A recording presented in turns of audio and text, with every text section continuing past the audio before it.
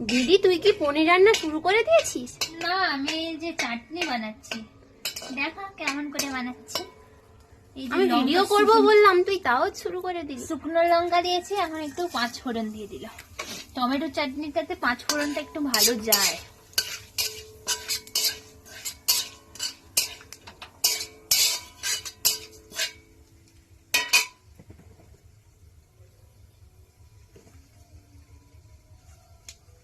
এবারে আমি টমেটো গুলো দিয়ে দেবো।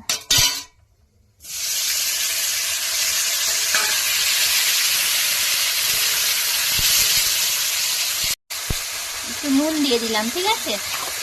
এবারে একটু হলুদ দেবো, তারপরে ওটাকে একটু সিদ্ধ করতে ঢাকা দিয়ে দেবো, সিদ্ধ করার জন্য।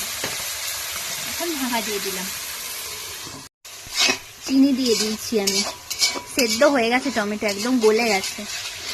চিনি দেওয়ার পরে আর একটু নেড়ে নিলেই তৈরি হয়ে যাবে আমাদের টমেটোর চাটনি।